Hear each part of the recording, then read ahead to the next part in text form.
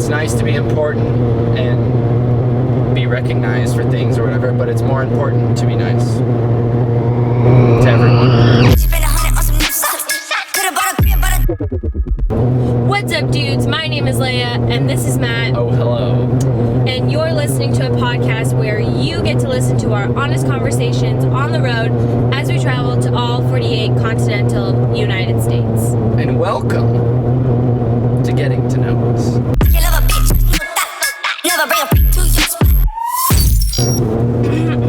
Alright, ready? You bet your bottom dollar I'm ready. Okay, so on Thursday, we were emailing back and forth with one of our clients, Amare Global. So Thursday means nothing. We were in Nashville. You need to give context like that. Saying on Thursday, I don't think that means anything. You're right. So in Nashville, we were emailing back and forth with our client, Amare Global, and Which is a mental wellness product company. Correct. And we run their social media for them, and we're doing some testimonials, kind of documentary style videos for them. Not kind of, absolutely documentary style. Okay.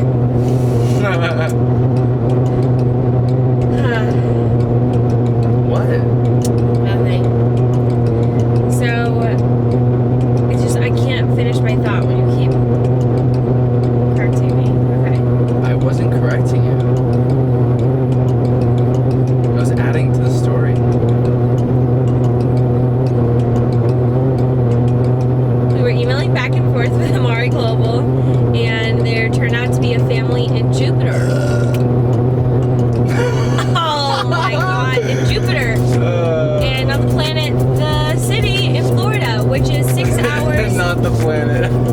Not the planet, which is 6 hours south of Tallahassee. We were not planning on going to the Why do you say southern it like part. that? 6 hours south of Tallahassee. Because that's where we were planning on going. Oh, okay. It's relevant. Okay. It's 1 hour north of Miami. Yeah. I was gonna say because Miami's closer, just using that as a reference point. Well, I'm saying it's a 6 hour difference Yeah, to no, what I'm we were following. already. I'm following. I'm picking up what you're putting down. I'm licking what you're spitting. I don't like that. That's gross.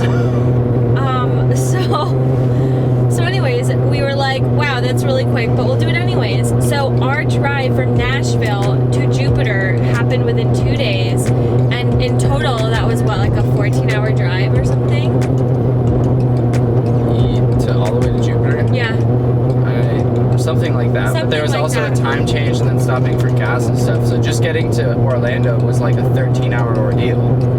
So that was an all-day thing. So we ended up staying at your dad's old co-worker's house, Yeah. who just moved to Atlanta. No. Orlando. Yeah, so his name is Matt Creeks. We talked about this in the last episode, but his name is Matt Creeks. His wife's name is Angel. His son is Josh, and his daughter's name is Ashley. And we got to have breakfast with all of them at their house after sleeping on their couch, and have a shower and a quick little catch up. But it was actually really nice to see them and catch up with Matt a little bit to see how what's going on. I always knew Matt as actually playing in a band with my dad, because my dad was in this classic rock throwback vintage band called Vinyl Head, and they actually produced like 2 original albums and remastered one of them at Capitol Records, played at the Whiskey Go-Go twice and at the Mint once. They did pretty well for just like a bunch of dudes in their late 50s, early 60s that just wanted to rock. And so it was nice. That was how I knew Matt, because I played with that band a little bit, and then I would go to the shows. Because I played with them before they were called that. They were a different band name called the Dustmites, and it was a different band for the most part. But a lot of those guys went and formed Vinyl Head. So that's how I knew Matt, because he plays bass and sings, and he's a super talented, creative dude. So yeah, we slept there. It was so funny. We came in super late, and he was there to greet us, and he put little chocolates on our beds. Yeah, that was funny. Which was so cute. And we were their first guests in their new home. Yeah. So that was really cool. And we gifted them color wine and a thank you card, and I felt like that really was meaningful for them, which was really cool. Yeah, even though we were there for like less than 12 hours. Yeah, we were still able to hang out family and being a part of their new home, their first house guest, you know, and having the opportunity to, Matt opened up with us actually, and we had like good conversations, you know, and I felt like we made a good impact just even by being there for a really short amount of time. Yeah, absolutely. So I'm excited to stay connected with them actually now. Yeah. The And then, Angel, she is working at Walt Disney World and in the new Star Wars land that's developing there. And she gets to be one of the characters. They hired like 200 plus different professional actors to do these different like Jedi ceremonies. So like they basically give people these super authentic industrial lightsabers that they get to take two of their friends in to watch the ceremony, and it costs like $200 to do this. But yeah, she gets to do that, and so she loves that. She's a what an interesting job. She's a huge Star Wars nerd, Yeah. and that's like the dream job for her almost, to be able to play a character from something that probably meant so much to her growing up. So That's super cool. yeah. And then the following morning, we got up and we drove to Jupiter.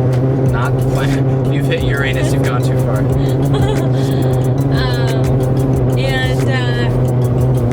We hung out and interviewed Brett and Michelle and their two kids, Sebastian and Isabella.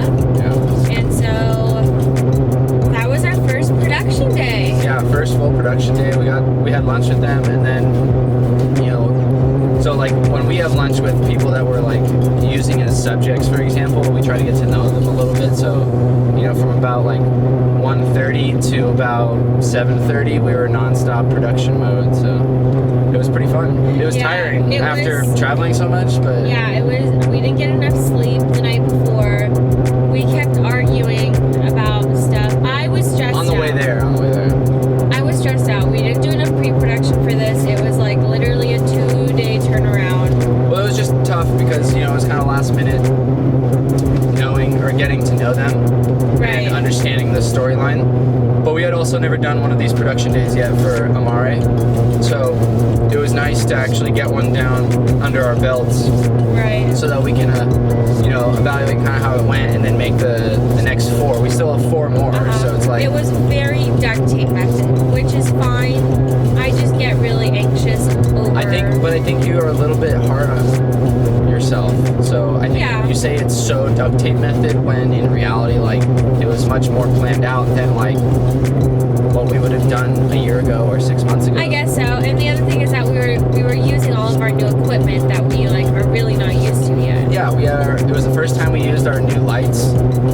They're Savage lights, and they're honestly super good. It was like our set instantaneously looked more professional because we also had a new, more professional looking tripod, and you know, of course the cinema camera, and then the 5D Mark IV as our B camera, and then, you know, of course there's things we could have improved upon. We definitely looked the part. Yeah, it looked way better this time around than I think what we had at our last set. Right. So yeah, I was really anxious and stressed out before, and honestly that really affected how I performed that day.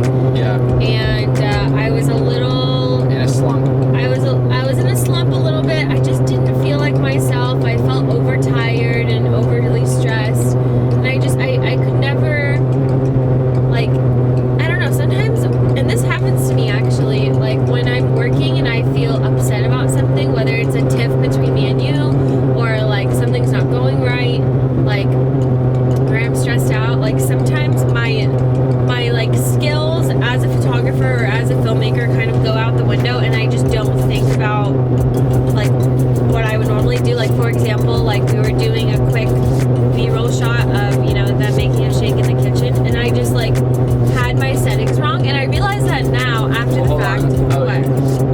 Well, they're not the settings that I would want. No, I know. You didn't give enough context when you were explaining that. I felt like you were saying we were getting B-roll, but then you were capturing photos. So that was confusing the way you said that, I think. Okay, well, there was a scene where they needed to make take Amare products in the kitchen. And which we were filming for the B-roll of the testimonial videos that we're creating. Right. And then Leia was also getting photos at the same time with her camera. And Correct. so that's what she's talking about. Not Correct. the video. Not the video, the photo. No, I'm taking photos. And, you know, I'm like thinking about so many different things. I'm trying to like help direct them. I'm making sure Matt's getting like the shots that he needs. And I'm trying to sneak in a few photos because it looks really great. And he thinks that I'm being hard on myself, but I know I could have taken way better photos. And I wasn't aware of like, you know, the label, and I wasn't aware of the exact settings I had because we just changed locations. Like, they're okay photos. It's just frustrating because I feel like it was because of my emotions and just I had a cloud over my head essentially all day. Yeah. You know, and I was working with that cloud over my head, and so I did not perform to the best of my ability. Right. But then what I will say, though, the reason I say you're being too hard on yourself is because you don't cut yourself enough slack. You need to be like, okay, you know what? Fine. I was in a mood. I didn't take the photos the way I know I properly would have if I was, like, dialed in. And then you let all of those feelings come back up again when you were looking at the photos in post.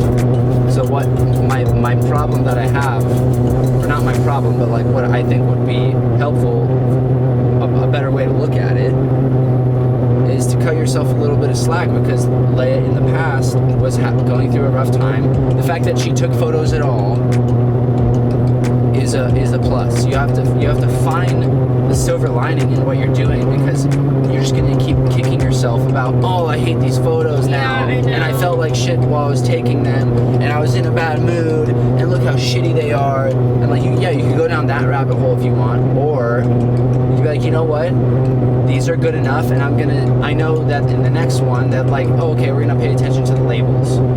I know, it's just so frustrating to me. It's like, No, it's not. It's frustrating, but you need to let it go, because you're human. And guess what? You've been a photographer for not very long. yeah, I know that. So you need to cut yourself some freaking slack, dude. You haven't even used a 5D Mark IV. You haven't even used a professional camera for more than a year. Yeah, I know. So you need to shut the fuck up and be happy with what you got. Easier said than done. But yeah, so that was definitely a challenge. But you know, I think we made a great impression on them. We had a great time. I say that because I love you and you did a good job. Thank you. And you need to admit that. Admit it. I did a great job. Yeah. So yeah, that was a little tough, but you know what? We made it through. We didn't break anything. We got the interview. We have the files. Yep. We can definitely make what we said we were going to, and now we have a great jumping off point to, okay, what worked last time, what didn't work so well. Ooh, all these trucks around us. I know, So which exciting. means it's not as noisy. I know, we're covering. Wow, that's so exciting. If you're listening, you're welcome. We're trying. We're trying to make the audio better, right? So yeah, but we made it And work. we're back. Yeah, we made it work, and now we know what's gonna work for us next time. Yeah. Yeah. It was good. It was like nice to make touches with two more people that now know our story, and we got to help them share their story that they are stoked on. So Yeah. that's the big plus there. Then after we filmed in Jupiter, that was an all-day thing. Then we drove to Port St. Lucie, where Uncle Bob resides, Yeah. which is like 30 minutes from Jupiter. I don't think we've ever talked about Uncle Bob. Yeah, so Uncle Bob is my, not actually my uncle. He's not a blood relative, but he's family. He is essentially what was like my dad's father figure growing up. And he was a big part of my dad and his, my dad's the youngest of 7, but some of the younger siblings didn't get to experience their dad because they were, he was separated from their mother when they were pretty young, because he was in the Navy and they were always moving around, and you know, that's a whole nother story. But so Uncle Bob was there and actually helped teach my dad and my Uncle Dave and my Aunt Cecilia, the three youngest siblings, how to drive, gave them their first jobs in his ice cream shop, and was a big part of them growing up, and they kind of all grew together, as Bob would say. He was basically like their father figure without them ever talking about it, and then was a big help actually to my grandmother, Shirley, and he made a big impact on my dad as a human being to make him, the good person I think that he is today. Of course, you give his mom a lot of credit for that, but Bob, I think, helped instill a lot of good values for my dad. Bob is important to me because he was integral in shaping my father, and so Uncle Bob is an important guy in our family, in the Meredith family. So it was really nice to be able to see him. He loves having company, and so he was just absolutely thrilled that we were there at all. He was like, I almost fell out of my chair. When I called him, he's like, I almost fell out of my chair when you called. Yeah. That's my best Uncle Bob. It's a little high pitched, but it needs work. Yeah. But So he's a great person. Mm-hmm. So he lives alone in Port St. Lucie in his house, and he let us sleep in his guest room, which has a waterbed. Yeah, that was the first time ever sleeping on a waterbed. Probably the last time too, because they went out of style for a reason, I think. But I mean, it was cool to experience that. So yeah, we stayed there, and we got to catch up on a little bit of work, and we just went out to eat a lot. Yeah, we went out to eat with Bob and had good conversations. It was interesting because I hadn't seen Bob for like 2 years or so. The last time that we saw him, and I met him for the very first time, was at Kevin and Natalie's wedding. Yeah, which is my brother and his wife, Natalie. And so they got married 2 years ago in San Diego, and that was the last time that I saw him when he flew out there. And so it was nice to catch up, and I feel like I've grown a lot as a person and done a lot of, me since then, and so it was nice to be able to reflect actually on like how he's been such an integral, I always knew he was an integral part to my dad's life, but it was nice to like be there with him for a couple days, and all the questions that came into my head I was able to like ask him in person. So it was really nice to. That's really special. I feel like not a lot of people take the time to go talk to distant relatives and be able to ask those types of questions. I was lucky enough to work on my film and do that, but I feel like that was pretty special actually, that we got to hang out with him and you were able to spend like one-on-one time with him, right, and let him know, where your thoughts were at, and be able to ask those questions candidly, and it not like, it was the right time and place for it. Not a lot of people make the time and place to have those types of discussions. And I would say like the number one thing I learned about Bob though is that he is the richest man I know. And when I say that, I said that to Bob in the sense that he's the richest man I know, meaning he has like the most people that care about him that I've seen, from anyone, because he gives people so much respect and time and love that like it comes back to him tenfold, because he doesn't have a bad bone in his body. He's always willing to like share his story and his love with other people, and you can see that in his everyday life, because he always goes to the same restaurants each day of the week. He's a very simple guy. He's a very simple guy, but he goes to the same restaurants every single week to get the deals. For one, he has like he's a big coupon guy, so he gets the different deals at these restaurants, but then he also goes on the same day of every week because he wants to have the same waiter or waitress that he had such a pleasant experience with maybe when he went 10 years ago or 20 years ago or whatever, or 5 years ago, and so he's always making sure he goes at the same time on the same days, asking for the same people. And when he walks into a restaurant, everyone says hi to him. Oh, everyone loves Bob. Oh, Bob, you're here, blah, blah, blah, Bob. We went to a Chinese restaurant that he goes to apparently every Sunday, but on Saturday.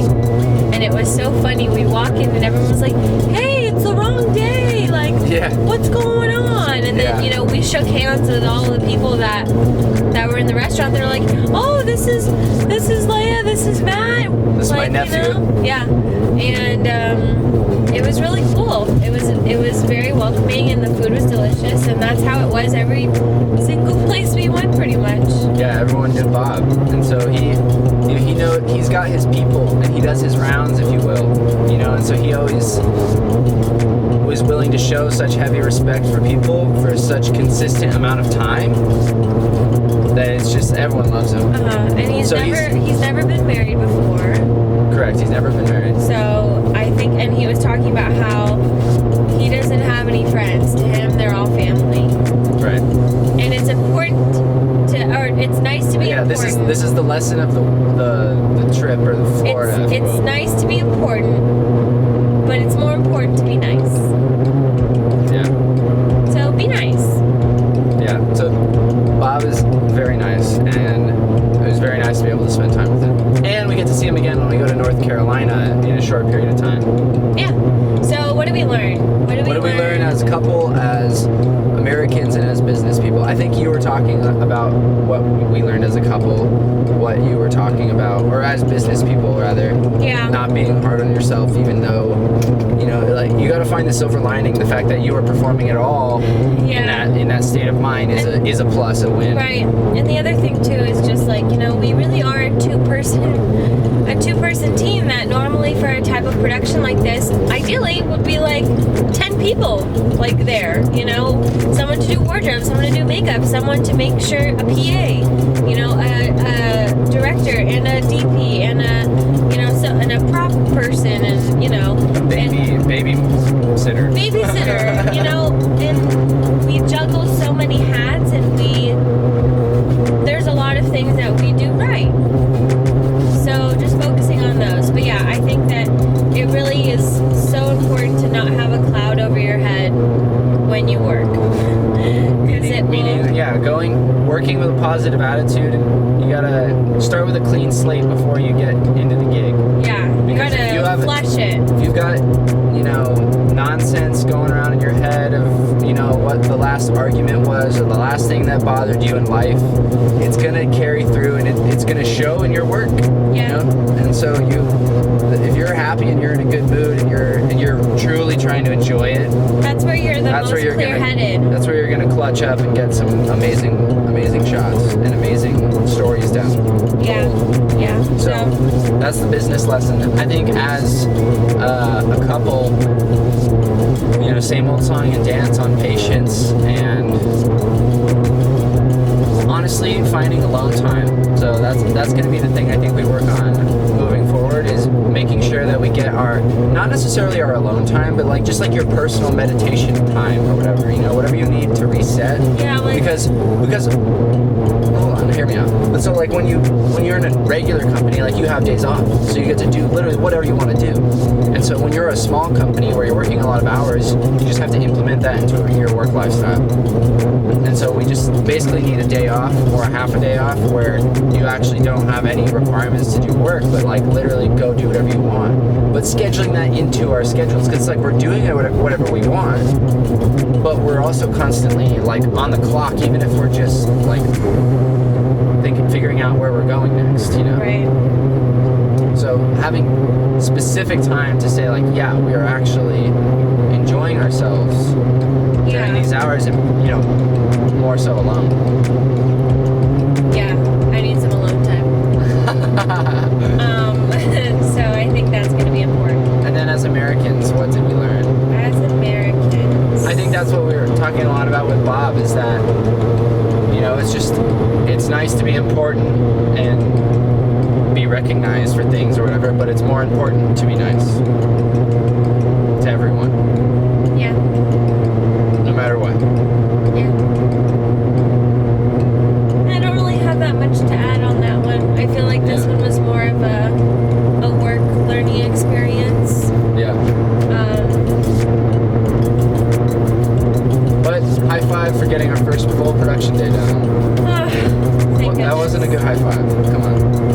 There you go. All right. And then moving forward, we are now driving to Atlanta, Georgia, where we will be staying with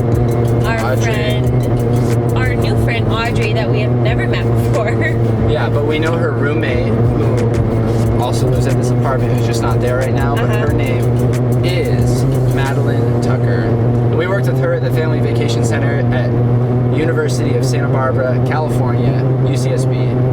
And yeah, she was on the aquatics staff, and I'm excited to, like, I guess, see what she's up to in Atlanta, even though we're gonna hang out with her roommate, but I'm sure we'll get good context about what she's up to. Right. It'll be nice to, like, meet her friends and see what she's up to. Yeah, she's been living out here for a while, I think. Yeah, I think she moved out here immediately after we finished that last summer with her. Yeah. So I'm sad that we won't be able to see her, but she's on, like, job training or something out of town, so she's not able to join us. But yeah, so we'll update you when we're in the car next. And if you'd like to follow our adventures, follow us on Instagram at Livin' as Leia, at Matt Meredith, at Cottonmouth Media, at Unreal Stories. That's UNREEL Stories. Subscribe to this podcast wherever you're listening to it, and we love you. We'll see you soon. If you want to watch this podcast, then go ahead and hit that.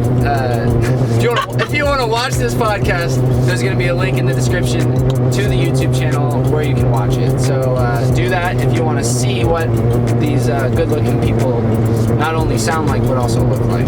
Goodbye.